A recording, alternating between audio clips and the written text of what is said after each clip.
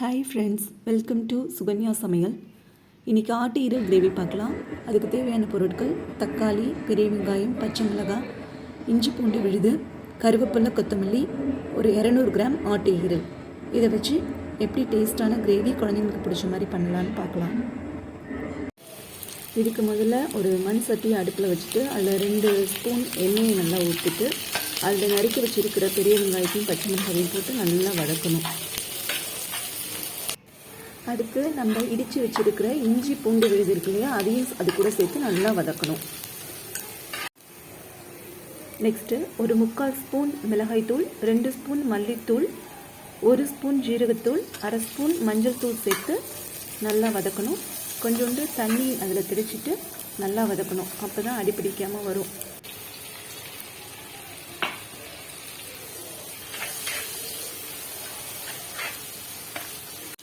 Next நறுக்கி வச்சுருக்கிற தக்காளி அது கூட சேர்த்து நல்லா வதக்கணும்.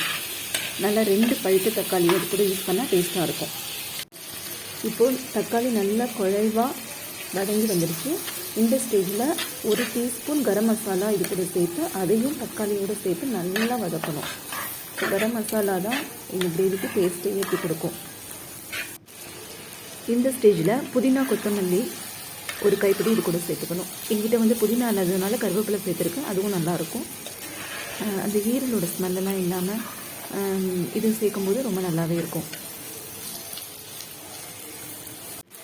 இப்போது சின்ன சின்னதாக நறுக்கி வச்சுருக்கிற ஆட்டு ஈரலை இது கூட சேர்த்து நல்லா 2 நிமிஷம் நல்லா வதக்கணும். நல்லா வதக்கிட்டு இதுக்கு தேவையான அளவு கொஞ்சம் உப்பு சேர்த்து 1.5 கிளாஸ் அளவுக்கு தண்ணி சேர்த்துட்டு நல்லா சிம்மில் 10 நிமிஷம் மூடி போட்டு அடுப்பிலே வச்சுருக்கணும். அதுலேயே இந்த ஈரல் நல்லா வெந்து வரும்.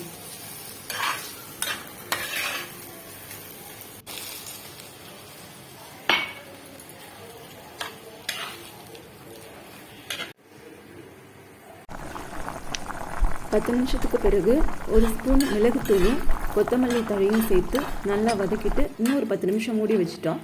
சுவையான ஆட்டு ஈரல் ரெடி.